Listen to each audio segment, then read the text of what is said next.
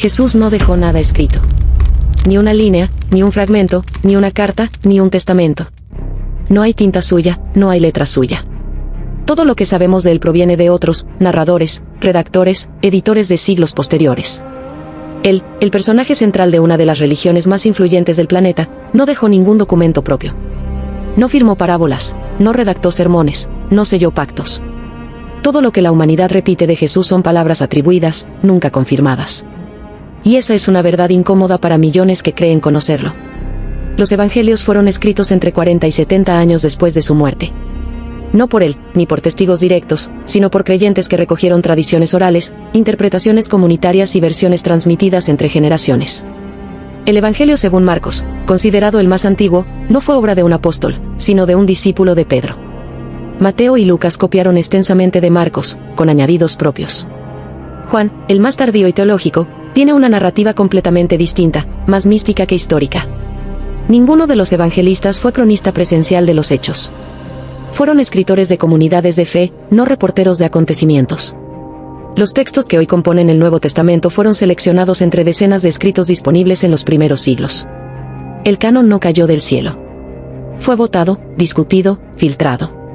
Los evangelios de Tomás, de Felipe, de María Magdalena, fueron descartados. El criterio no fue neutralidad histórica, sino conveniencia doctrinal. Se eligieron los textos que servían a una narrativa específica, un Jesús divino, redentor, obediente al plan celestial. Las versiones que mostraban a un Jesús humano, filosófico, disidente, fueron declaradas heréticas. Así, el retrato de Jesús que conocemos fue moldeado por concilios, obispos y emperadores. No por testigos. Creer en Jesús, entonces, no es creer en una fuente directa, sino en una cadena de transmisiones. Y toda cadena tiene eslabones débiles. Cada generación interpretó los relatos desde su contexto. Los evangelistas escribieron en griego, no en arameo, lengua original de Jesús. Eso ya genera distancia. Las palabras atribuidas a Jesús fueron traducidas, reelaboradas, acomodadas. Los evangelios no son biografías objetivas, sino confesiones de fe. Cada uno tiene una intención teológica clara, presentar a Jesús como Mesías, como Hijo de Dios, como Logos eterno. Ninguno pretende ser neutral. Todos quieren convencer. El Jesús histórico y el Cristo de la fe son figuras distintas. El primero vivió en Galilea, predicó un mensaje apocalíptico, fue ejecutado por los romanos como un agitador político.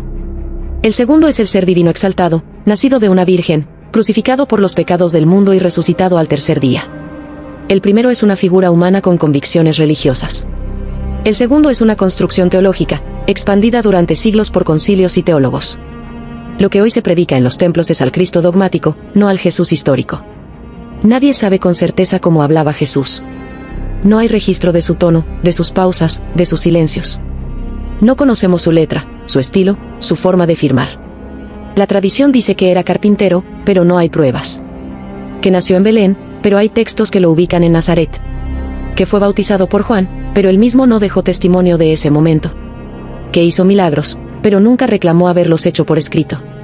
Todo lo que se dice de él lo dijeron otros, y esos otros vivieron en contextos políticos, religiosos y culturales que moldearon lo que escribieron. Jesús vivió bajo el yugo del Imperio Romano. Su tierra estaba ocupada. Su pueblo esperaba a un libertador. Muchos judíos creían en la venida de un Mesías que restauraría la gloria de Israel. En ese contexto, Jesús habló de un reino. Pero su mensaje fue reinterpretado por comunidades que ya no esperaban una liberación política, sino una salvación espiritual. La promesa de un reino de justicia se volvió un cielo etéreo. La denuncia del sistema se transformó en su misión. El mensaje original fue adaptado para sobrevivir a la persecución romana. Y luego, fue institucionalizado cuando el cristianismo se volvió religión oficial del imperio. El Jesús que recorrió los caminos polvorientos de Galilea no puede ser el mismo que aparece en las catedrales de mármol, rodeado de oro, con mitras y rituales que nunca conoció. Él nunca fundó una iglesia, nunca instituyó una jerarquía, nunca ordenó ritos sacramentales. No instituyó papado, no diseñó liturgias, no habló de dogmas trinitarios. Todo eso vino después, elaborado por hombres que no lo conocieron, pero que hablaron en su nombre. Lo que hoy se enseña como doctrina de Jesús es, en realidad, el producto de siglos de elaboraciones humanas. Y aún así, millones dicen conocer a Jesús. Lo proclaman su Salvador, su Señor, su guía. Pero en realidad, conocen lo que otros dijeron de él. No conocen su voz, conocen su eco. No tienen acceso al original, sino a las copias. Y esas copias fueron modificadas. Hay manuscritos antiguos con variantes, omisiones, añadidos. Los primeros copistas no eran máquinas de precisión. Tenían fe, pero también errores. Y a veces, corregían lo que consideraban incorrecto. Así se fue formando el texto que hoy consideramos sagrado, una mezcla de devoción y edición. ¿Y qué ocurre con los evangelios apócrifos? Fueron textos muy leídos en los primeros siglos. El Evangelio de Tomás, por ejemplo, recoge dichos de Jesús en un estilo más cercano a la sabiduría oriental que a la predicación apocalíptica. Presenta a un Jesús introspectivo, que invita a la autoexploración. Fue excluido del canon porque no cuadraba con la visión eclesiástica. Lo mismo ocurrió con muchos otros escritos que mostraban facetas distintas del Nazareno. No eran menos auténticos. Solo eran menos convenientes para el poder institucional que se estaba formando. Jesús, entonces, es una figura construida.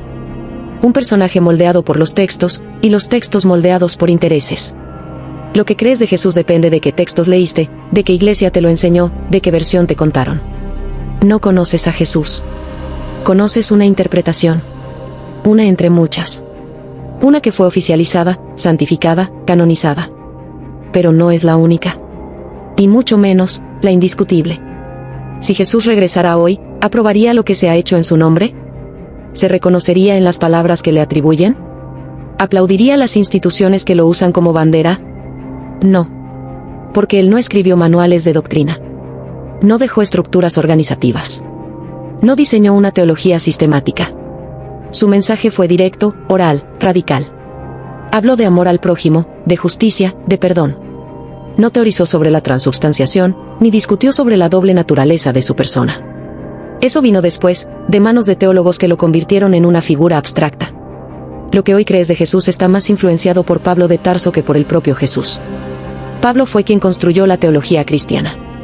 Fue él quien escribió sobre el pecado original, la redención, la justificación por la fe, la iglesia como cuerpo de Cristo.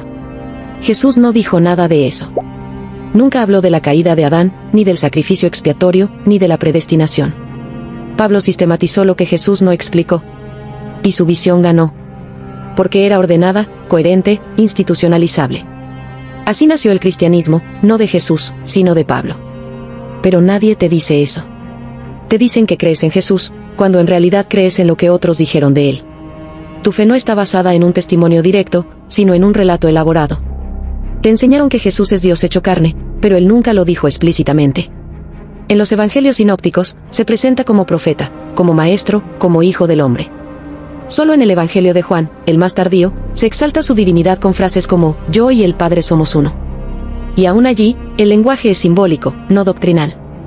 Creer en Jesús es legítimo. Pero es necesario saber en quién estás creyendo. Porque si no sabes quién habló, qué dijo realmente, quién lo escribió, en qué contexto, bajo qué intereses, entonces no crees en Jesús, crees en una imagen. Una proyección. Una figura moldeada por siglos de interpretación. Y eso no es fe, es adhesión a una tradición. Jesús no fundó una religión. No escribió credos. No participó en concilios. No pidió que lo adoraran. No exigió templos en su nombre. Caminó con los marginados, habló contra los poderosos, denunció la hipocresía religiosa. Y por eso lo mataron. No por hablar del cielo, sino por incomodar la tierra. Su mensaje fue político, social, humano. Lo espiritual era parte de su propuesta, pero no era evasiva. Era transformadora. Y eso fue diluido en siglos de ritualismo. Hoy, muchos dicen amar a Jesús, pero defienden sistemas que él habría denunciado. Reproducen estructuras que él habría volteado. Usan su nombre para justificar leyes, castigos, odios. Pero no siguen su voz, porque su voz no está registrada en primera persona. Solo está reconstruida por otros. Y esos otros tenían agendas. Querían consolidar comunidades, mantener el orden, evitar persecuciones. Así, el Jesús incómodo se volvió dócil. El profeta se volvió símbolo. El hombre se volvió mito. Y no está mal tener mitos. Todas las culturas los tienen. Pero hay que saber qué son mitos. Qué son narrativas. Qué son relatos transmitidos, no hechos directos. Que lo que sabes de Jesús no proviene de él, sino de quienes hablaron en su nombre. Y eso implica una responsabilidad, la de no absolutizar lo relativo. La de no imponer como verdad lo que es interpretación. La de no construir dogmas sobre textos que fueron editados. Jesús fue un hombre. vivió, predicó, fue asesinado. Eso es historia. Todo lo demás es construcción. Creer que ascendió, que es Dios, que volverá, es cuestión de fe. No es comprobación empírica. Es confianza en una tradición. Y eso debe asumirse con honestidad. Porque lo contrario es manipulación. Es hacer pasar por certeza lo que es creencia. Es convertir relatos en cadenas. Tu fe no puede ser libre si no conoces su origen. Y si no sabes quién te contó lo que sabes, y con qué propósito lo contó, entonces no tienes fe, tienes adoctrinamiento. Porque la verdadera fe no teme a la verdad. No necesita protegerse con ignorancia. Puede mirar los hechos y seguir creyendo. Pero para eso hay que tener el valor de preguntar, ¿qué sé de Jesús? ¿Y por qué lo sé? La respuesta es clara, lo que crees de Jesús no lo dijo él. Lo dijeron otros. Y esos otros fueron humanos, con errores, con intereses, con límites. Y si tu fe depende de ellos, entonces no crees en Jesús. Crees en lo que eligieron contarte de él. Así de claro.